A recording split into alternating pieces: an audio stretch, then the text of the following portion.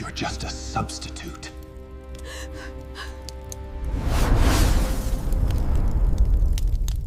What happens when the person you swore you'd love forever was never actually yours to begin with? In the brutal, ice-choked mountains of the Northern Territories, an alpha of the formidable Harrington dynasty uttered the words that would shatter a soul. "You are just a substitute to me." He thought she would stay. He thought her devotion was an unbreakable chain forged by duty. He was dead wrong. Tonight's tale is one of betrayal, royal bloodlines, and a disappearance so absolute it brought a legendary werewolf lord to his knees. If you think you know how heartbreak works, listen closely, because revenge is a dish best served under a blood moon. The great hearth in the center of Iron Ridge keep roared with a massive pinewood fire, yet Genevieve Belmont felt nothing but a bone-deep, gnawing cold.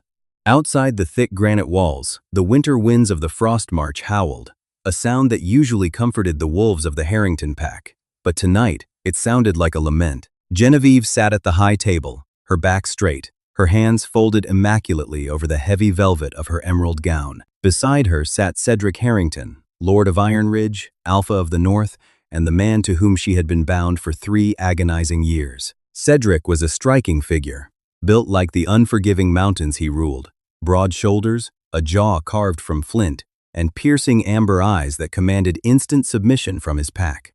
But those eyes rarely rested on Genevieve. Even now, as his lieutenants toasted to the successful winter hunt, Cedric's gaze was fixed on the heavy oak doors at the end of the hall, as if expecting someone else to walk through them.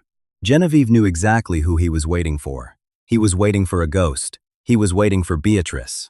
Beatrice Belmont was Genevieve's older sister. She had been the jewel of their lesser noble house, radiant, loud, fiercely independent, and Cedric's true intended mate. But 3 years ago, just days before the Grand Alliance wedding that was meant to unite the Belmont lands with the Harrington military might, Beatrice had vanished. No blood, no struggle, just an empty bed and an open window. To save the treaty and spare her family from the wrath of a humiliated alpha, Genevieve had been pushed forward, the quiet, dutiful younger sister, the spare. "My lord," Genevieve said softly, leaning closer to Cedric so the surrounding lords wouldn't hear. "You have not touched your venison. Shall I have the kitchens warm some broth?" Cedric flinched slightly, pulling away from her touch as if her fingers were forged of silver. "Leave it, Genevieve. I have no appetite." "The pack looks to you," she pressed gently, keeping her tone completely submissive, completely perfect. "They need to see their alpha strong." Cedric finally turned to look at her. The sheer emminess in his amber eyes was a physical blow to her chest. "They see me," he muttered, his voice dropping to a harsh, gravelly whisper. "What they do not see is their true Luna." The words sliced through the thick, smoky air between them. Genevieve swallowed the lump of ash in her throat. She had spent 3 years trying to fill the void Beatrice left behind. She had memorized the ledgers of Iron Ridge Keep, tended to the wounded warriors after the border skirmishes with the Lycan rogues, and endured the agonizing, loveless nights in Cedric's bed, hoping that her sheer devotion would spark the mating bond between them. But the mark on her shoulder, a jagged bite that was supposed to be a crescent moon, remained pale and weak, a testament to an unreciprocated soul connection. Later that evening, the tension finally snapped in the privacy of the Alpha's chambers. Cedric was pacing the floor, a crumpled piece of parchment clutched in his massive fist. Genevieve stood by the vanity, unpinning her heavy auburn hair. "A merchant from the southern port of Oakhaven," Cedric began, his voice trembling with an emotion Genevieve had never caused in him. Desperate, frantic hope. "He claims to have seen a woman matching her description. Auburn hair, a scar above the left brow. Boarding a trade galleon." Genevieve froze, her hands dropping to her sides. "Beatrice? Who else?" Cedric snapped, his wolf near the surface, making his canines elongate. "I am riding out at first light. I will take a vanguard of 10 men. We can reach Oakhaven in 4 days if we push the horses." "Cedric, it has been 3 years," Genevieve said, her voice shaking despite her best efforts. "We have chased a dozen rumors. Every time, it is nothing. And every time, you abandon the pack, you abandon me, to chase a shadow." He stopped pacing and slowly turned toward her. The air in the room grew suffocatingly heavy. The dominant aura of a furious alpha pressed down on her lungs, demanding she lower her eyes, bare her neck, submit. But for the first time in 3 years, Genevieve did not look away. "I am your wife," she stated, her voice barely a whisper. yet ringing clearly in the stone room. I bear your mark. I run your lands. I have bled for this pack. When will it be enough? When will I be enough? Cedric's expression hardened into a mask of pure, unadulterated ice. He stepped into her personal space, towering over her. He didn't raise his voice, and that made it infinitely worse. "Do not presume your place, Genevieve," he said, each syllable a methodical strike of a hammer. "You are a Belmont, yes. You fulfilled a treaty. You keep the ledgers well. But do not ever delude yourself into thinking you are my mate." He reached out, his rough thumb trailing dangerously close to the pale, incomplete bite mark on her collarbone. "You are just a substitute to me," Cedric said, his amber eyes devoid of any warmth. "A placeholder until I find what is mine. My wolf has only ever howled for her. You are nothing but a shadow of the woman I was meant to love." The silence that followed was absolute. Genevieve didn't cry. The pain was too vast, too absolute for tears. It was a localized death, the shattering of the fragile, pathetic hope she had nurtured for 1,000 days. "I see," Genevieve whispered. Her voice sounded detached, echoing from somewhere far away. Cedric turned his back on her, dismissing her entirely. "I leave at dawn. Ensure the stewards have provisions ready for my men." He walked out of the chambers, leaving the heavy oak door ajar. Genevieve stood perfectly still in the center of the room for a long, quiet hour. When she finally moved, the dutiful, desperate girl who had tried to love an empty vessel was dead. What remained was something entirely different. The keep was completely silent by the time the grandfather clock in the corridor chimed 3 in the morning. Genevieve moved through the dimly lit room with a chilling, mechanical precision. There was no frantic packing, no tearful glances at the marital bed she had shared with a man who despised her very presence. Real life is rarely as melodramatic as the bards sing. True heartbreak is cold, efficient, and ruthlessly practical. She knew the brutal reality of werewolf biology. If she simply rode out on a horse, Cedric's wolf would sense the distance pulling at their weak bond. He would track her scent. He would drag her back by the scruff of her neck, not out of love, but out of territorial possession. To an alpha, a mate, even a substitute one, was property. She had to break the tether. Genevieve slipped down the servant's spiral staircase, bypassing the guards, and entered the keep's apothecary. The scent of dried herbs, bitter roots, and preserved blood hit her nose. She worked quickly by the light of a single, shielded candle. She gathered what she needed: a small vial of concentrated wolfsbane extract, a bundle of numbing frost root, bandages, and, most importantly, a heavy, unpolished dagger forged of pure silver. Returning to her chambers, she locked the heavy iron bolt.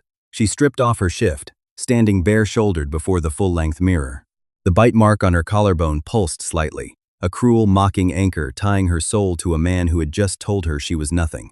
"You are just a substitute to me." The words echoed in her mind, fueling the terrifying resolve that had taken root in her chest. Genevieve uncorked the wolfsbane.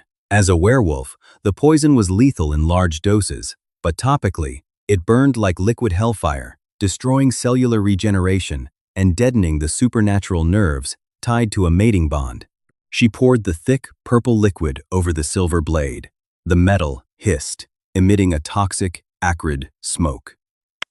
She looked at her own reflection, her auburn hair, so similar to Beatrice's yet never quite right, her pale skin, her steady, brown eyes.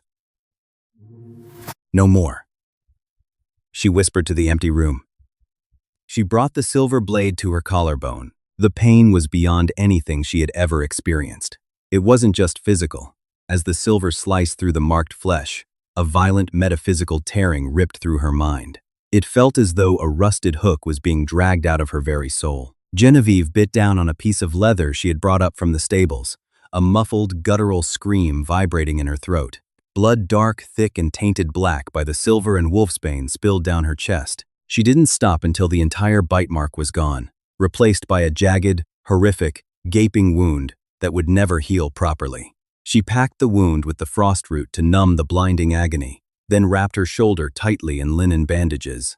The psychic tether snapped. The constant, low hum of Cedric's presence in the back of her mind abruptly fell violently silent. She was alone, truly, completely alone. And for the first time in 3 years, she felt free. Genevieve dressed in plain, thick wool, the garments of a common merchant. She took no jewels, no gowns, nothing that belonged to the Harrington treasury. She did, however, opened the hidden floorboard beneath the vanity. Inside was a heavy leather pouch containing her mother's dowry gold coins, minted in the neutral Eastern Territories, untraceable by the Northern Pax. It was rightfully hers. She left no letter. Letters were for people who wanted to be understood. Genevieve only wanted to vanish. At 4 a.m., the butcher's wagons arrived at the postern gate to deliver the morning meat for the keep. Wrapped in a heavy hooded cloak, masking her scent with the sharp smell of raw copper and butchered livestock, Genevieve slipped out the gate right alongside them, blending into the heavy, falling snow. 4 hours later, the sun broke over the jagged peaks of the Frost March. Cedric, clad in heavy riding furs, marched toward his chambers to collect his weapons for the ride to Oakhaven. He was irritated, his wolf pacing restlessly within him. He had felt a strange, sharp pang in his chest hours ago, a phantom pain he dismissed as a symptom of his drinking. "Genevieve," he barked, pushing open the heavy oak door. "Where are my riding gauntlets?" Silence greeted him. The room was freezing. The fire had burned down to cold gray ash. The bed had not been slept in. Cedric frowned, his irritation flaring into anger. He stepped further into the room. "Genevieve, this sullen behavior is—" He stopped. The scent hit him. Werewolf senses were incredibly acute, and beneath the smell of cold stone and old ashes, there was a sharp, metallic tang. Blood, wolfsbane, burnt silver. Cedric's heart seized in his chest. He lunged toward the vanity. There, sitting perfectly centered on the polished wood, was a small, gruesome pile. A silver dagger, black with dried blood and poison. Next to it, a piece of flesh, carelessly discarded, bearing the faint, scarred indentations of his own teeth. His mating mark. A physical shockwave hit Cedric, buckling his knees. He crashed to the stone floor, his hands desperately clawing at his own chest. Where there used to be a faint, steady hum of connection, a tether he had ignored, resented, and taken entirely for granted, there was now a massive, echoing void. It was as if someone had reached into his chest and ripped out a lung. "Genevieve!" he roared, a sound that shook the very foundations of Iron Ridge Keep. It wasn't the roar of an alpha commanding a subordinate. It was the terrified, shattered sound of a wolf realizing he had just lost something irredeemable. He scrambled to his feet, throwing open the chamber doors, sprinting down the corridors. "Guards, lock the gates, lock down the entire keep." The keep descended into absolute chaos. Hounds were released. Trackers were sent out into the brutal snowstorm, but the blizzard had already wiped the mountain pass clean. There was no trail. There was no scent. Genevieve Belmont was gone. Cedric stood at the battlements, staring out into the blinding white storm, the piece of discarded, bloody skin clutched in his trembling fist. The crushing weight of his own words played on a loop in his mind. "You are just a substitute." As the cold wind ripped through his furs, the Alpha of the North fell to his knees in the snow, realizing with horrifying clarity that the woman he had treated as a shadow was the only thing that had been keeping him in the light. And now, she had plunged him into the absolute dark. For the first time in the recorded history of the Northern Territories, the Alpha of Iron Ridge Keep did not lead the winter hunt. He did not sit at the head of the high table, and he did not hold court. Instead, Cedric Harrington became a prisoner of his own making, locked inside the freezing chambers that still faintly smelled of his vanished wife. The physical toll of a severed mating bond on an alpha was catastrophic. Without the anchor of his Luna, Cedric's wolf turned feral, clawing at the inside of his mind. He spent the first 3 days in a delirious fever, his body rejecting the sudden, violent emptiness in his chest. He shattered every mirror in the royal quarters. He shredded the tapestries. When his captain of the guard, a battle-hardened veteran named Garrick, finally dared to breach the room to offer him food, Cedric pinned the massive warrior to the stone wall by his throat, his amber eyes completely bloodshot and devoid of human reason. "Where is she?" Cedric snarled, his voice distorted by the beast pushing at the surface of his skin. "My lord, the blizzards have buried everything," Garrick choked out, holding his hands up in a gesture of absolute surrender. "Our best trackers have scoured the pass. The hounds lose the scent at the butcher's gate. She used the meat wagons to mask her trail. By the time we realized, Cedric dropped him, turning away to stare at the cold, empty hearth. On the mantel sat a velvet box. Inside it was the silver blade, still stained black, and the piece of scarred flesh Genevieve had left behind. He couldn't bring himself to bury it. It was the only piece of her he had left. "Send riders to the eastern borders. Send mercenaries to the southern ports," Cedric commanded. his voice trembling with a terrifying, hollow exhaustion. "My lord," Garrick hesitated, rubbing his bruised neck. "What of Oakhaven? The merchant who brought news of the woman matching Lady Beatrice's description you were meant to ride out to claim her." Cedric froze. A week ago, the mere mention of Beatrice's name would have sent his blood racing with desperate hope. Now, the name tasted like ash in his mouth. He looked at the empty bed where Genevieve had silently endured his coldness for 3 years. He remembered the quiet dignity in her brown eyes when she mended his armor, the way she managed the keep's chaotic ledgers without a word of complaint, and the way her voice had sounded when she finally broke. "When will I be enough?" "Burn the merchant's letter," Cedric whispered, the realization of his own foolishness crushing the breath from his lungs. "Alpha?" "I said burn it," Cedric roared, hurling a heavy oak chair across the room, watching it splinter against the granite wall. "I do not care about Beatrice. I do not care if she is dancing in the streets of Oakhaven or dead in a ditch. Find my wife. Find Genevieve. Drain the treasury if you must, but bring her back to me." Hundreds of miles away, completely unaware of the empire of ruin she had left in her wake, Genevieve was fighting her own brutal battle for survival. Escaping in the meat wagon had been a calculated risk, but the reality was far more horrific than she had anticipated. The wolfsbane she had used to deaden the nerves of the mating mark had seeped into her bloodstream. By the time the oblivious wagon driver, a gruff commoner named Barnaby, stopped at a muddy crossroads just past the border of the neutral free city of Ethelgard, Genevieve was burning with a toxic fever. "This is as far as I go, girl," Barnaby grunted, tossing her small rucksack into the sleet. Genevieve stumbled out of the cart, her legs giving way beneath her. She fell hard into the freezing mud, clutching her heavily bandaged shoulder. Every heartbeat sent a spike of agonizing, venomous pain through her chest, but beneath the physical torment, there was a profound, beautiful silence in her mind. Cedric was gone. She crawled toward the tree line, seeking shelter from the freezing rain, entirely prepared to die in the mud. She had chosen death on her own terms, over a life as a substitute. But fate, it seemed, was not done with Genevieve Belmont. She was found at dawn by an elderly human apothecary named Tobias, who was out foraging for damp moss. Recognizing the scent of wolfsbane poisoning a common ailment for rogue wolves fleeing the northern packs, Tobias smuggled the unconscious woman into the cellar of his shop in the heart of Ethelgard. For 2 weeks, Genevieve hovered between life and death. Tobias poulticed her ruined shoulder with activated charcoal and sweet fern, drawing the dark purple poison from her veins. When she finally opened her eyes, the grand oppressive stone ceilings of Iron Ridge Keep were gone, replaced by the warm, earthy smell of drying lavender and crushed mint.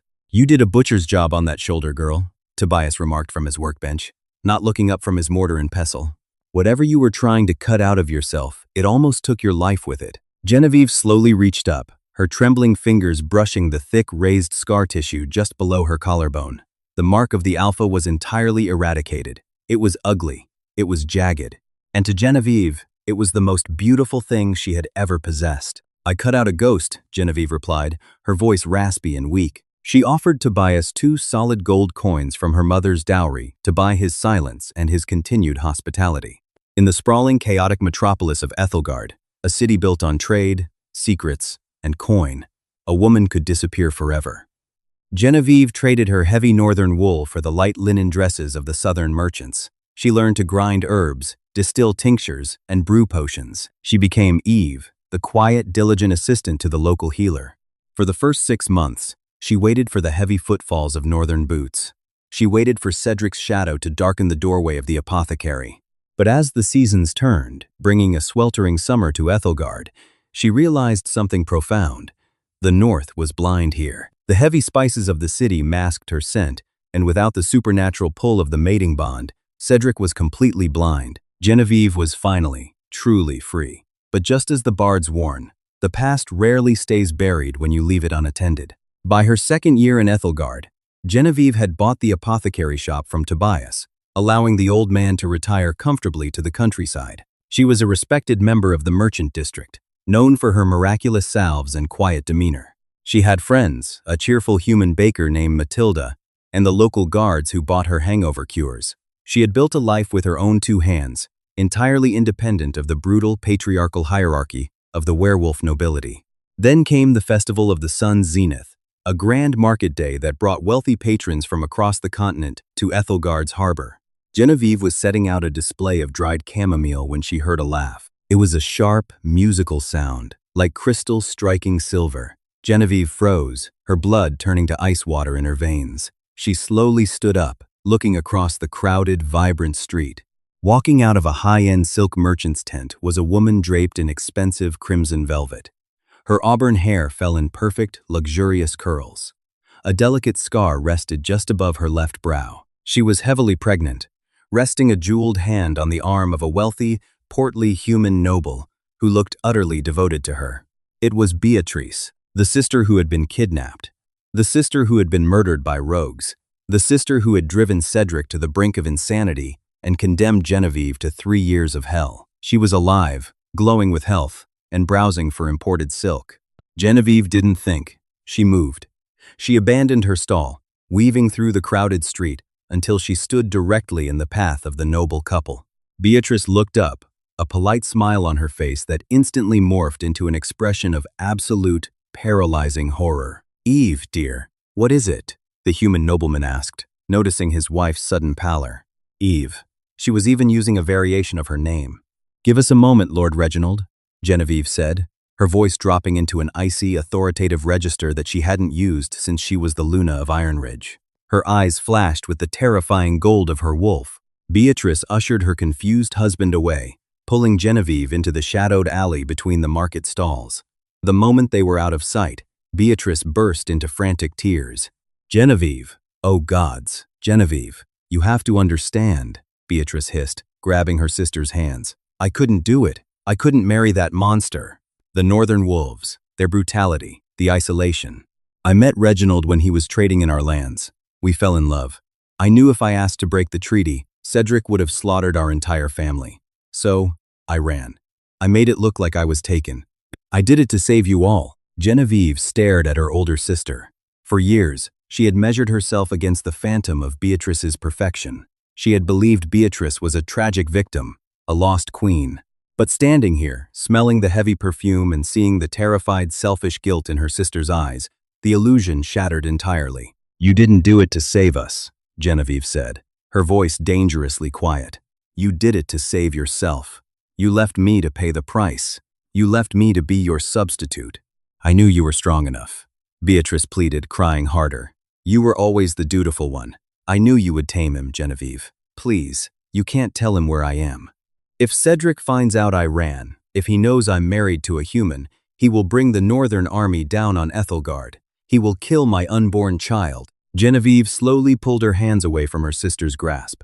She felt no anger, only a profound, suffocating pity. "You have nothing to fear from me, Beatrice," Genevieve said, stepping backward out of the alley. "I don't care about Cedric Harrington, and as of today, I don't care about you. Do not ever approach my shop." Genevieve walked away, leaving the ghost of her past weeping in the shadows. But the encounter had set a dangerous chain of events into motion. Beatrice's presence in Ethelgard meant northern spies were likely tracking her scent. 2 weeks later, the storm finally broke. It was a torrential downpour, the kind of rain that emptied the streets of Ethelgard and turned the cobblestones into slick mirrors. Genevieve was in the back of her shop, tallying the week's ledger, when the heavy front door smashed open, the bell tearing off its hinges. The wind howled into the shop, bringing with it the overpowering, ozone-heavy scent of an enraged alpha. Genevieve slowly set her quill down. She stood up, walking out from behind the curtain to the front of the shop. Standing in the doorway, soaked to the bone, looking like a wraith dragged from the depths of the underworld, was Cedric. He was thinner, his face gaunt, a rough beard covering his jawline. His armor was dented, his cloak caked in months of mud. He looked completely, utterly broken. He had tracked a rumor of an auburn-haired northern woman in Ethelgard. He had expected to find Beatrice, the traitor who had eloped. He had come with vengeance in his heart, ready to burn the city to ashes. But as his amber eyes locked onto the woman standing calmly among the jars of herbs, the fury drained from his body in a single, staggering rush. He didn't see Beatrice. He saw the quiet, steady brown eyes that had watched over him for 3 years. He saw the woman who had managed his lands, healed his wounded, and silently absorbed his cruelty. "Genevieve," Cedric choked out, the name tearing from his throat like a prayer. The Alpha of the North, the most feared warlord in the territories, took 2 stumbling steps into the apothecary, and collapsed directly onto his knees. The floorboards shook under his weight. He bowed his head, his broad shoulders shaking violently as dry. Agonizing sobs racked his massive frame. "Genevieve," he wept, crawling forward slightly, reaching out to grasp the hem of her linen skirt. "I was blind. I was a fool. The bond. When you severed it, I felt my soul tear in half. I have searched the ends of the earth for you. Mm. Mm. Mm. Mm. Mm. Please, my Luna, my mate, please, come home." Genevieve looked down at the man groveling at her feet. Once, she would have given anything in the world to hear these words. She would have bled for this moment. Now, she felt absolutely nothing. She calmly reached down, peeling his large, trembling fingers off the fabric of her skirt. "You are mistaken, Lord Harrington," Genevieve said, her voice perfectly polite, perfectly devoid of warmth. She pulled the collar of her dress down slightly, revealing the massive, jagged silver scar on her collarbone, where his teeth marks used to be. "Genevieve Belmont died in the snow. My name is Eve, and you are trespassing in my shop." Cedric stared at the jagged, silver-burned scar on Genevieve's chest, the physical manifestation of the agony he had carelessly inflicted upon her. For a terrifying moment, the Alpha of the North forgot how to breathe. The invincible warlord, the man who had single-handedly slaughtered rogue packs and dictated the laws of the Frost March, was reduced to a trembling husk on the floorboards of a southern apothecary. "Eve," he whispered, his amber eyes wide with a frantic, desperate denial. He tried to project his aura, the dominant, soul-binding command that usually brought a mate to heel, but it washed over her like a gentle breeze against a stone wall. There was nothing for his wolf to latch onto. The psychic tether was entirely, irreversibly dead. "No, no, I can fix this. I will call the best healers from the Eastern Covens. I will give you the keep. I will burn the throne to keep you warm. You are my Luna." "I was a substitute," Genevieve corrected gently, stepping back and pulling her collar up. There was no malice in her voice, which made the rejection infinitely more devastating. Hatred requires passion. Genevieve only had apathy. "You made that perfectly clear. Now, please leave, Lord Harrington. I have ledgers to finish, and the city guard, under the command of Captain Jonathan Davis, patrols this street on the hour. They do not take kindly to northern wolves causing disturbances." Cedric did not leave Ethelgard that night. The madness that had consumed him in the keep merely morphed into a pathetic, hollow obsession.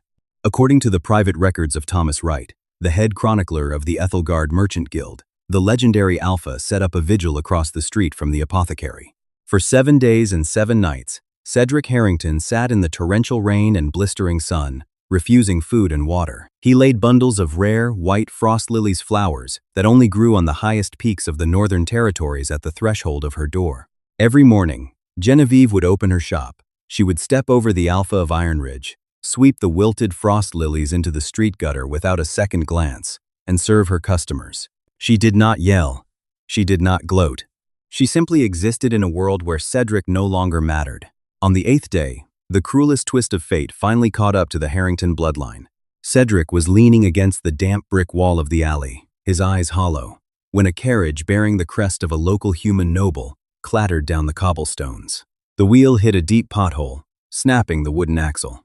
The carriage tilted violently, and its occupants spilled out into the muddy street. Cedric barely registered the commotion until the scent hit him.